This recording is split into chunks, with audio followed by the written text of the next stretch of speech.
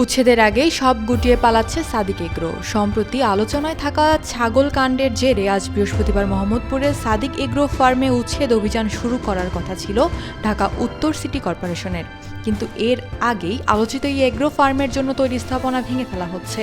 আজ সকাল থেকে সাদিক এগ্রোর লোকজন স্থাপনা ভেঙে ফেলার কাজ শুরু করে। জানা গেছে, রাত থেকেই সাদিক এগ্রোর বেশ কিছু গরু সরিয়ে নেওয়া হয়েছে। সেই সঙ্গে অবৈধভাবে দখল করে রাখা অস্থায়ী কিছু স্থাপনাও সরিয়ে নিয়েছে তারা।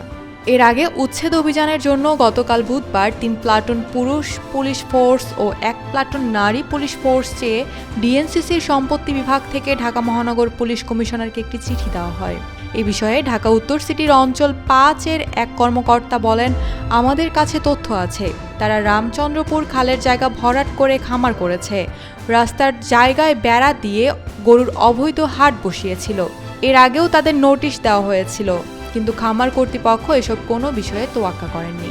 নাম প্রকাশ না করার শর্তে অনিচ্ছুক ঢাকা উত্তর সিটির বর্জ্য ব্যবস্থাপনা বিভাগের এক কর্মকর্তা বলেন, খালের ওই অংশে অবৈধ দখলদার সাদিক এগ্রোর বিষয়টি কর্পোরেশনের ঊর্ধ্বতন কর্তৃপক্ষকে একাধিকবার জানানো হয়েছিল, কিন্তু ঊর্ধ্বতন কর্তৃপক্ষের সঙ্গে সাদিক এগ্রোর মালিক ইমরানের স্বাক্ষর রয়েছে। উল্লেখ্য, সাদিক এগ্রো ফার্মের মালিক গবাদি পশুর খামারিদের সংগঠন বাংলাদেশ ডেইরি ফার্মস অ্যাসোসিয়েশনের সভাপতি ইমরান হোসেন।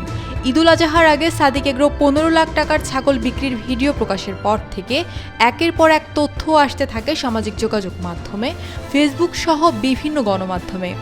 এরপর একে একে বেরিয়ে আসতে শুরু করে এনবিআরের মতিউরের সম্পদের তথ্য।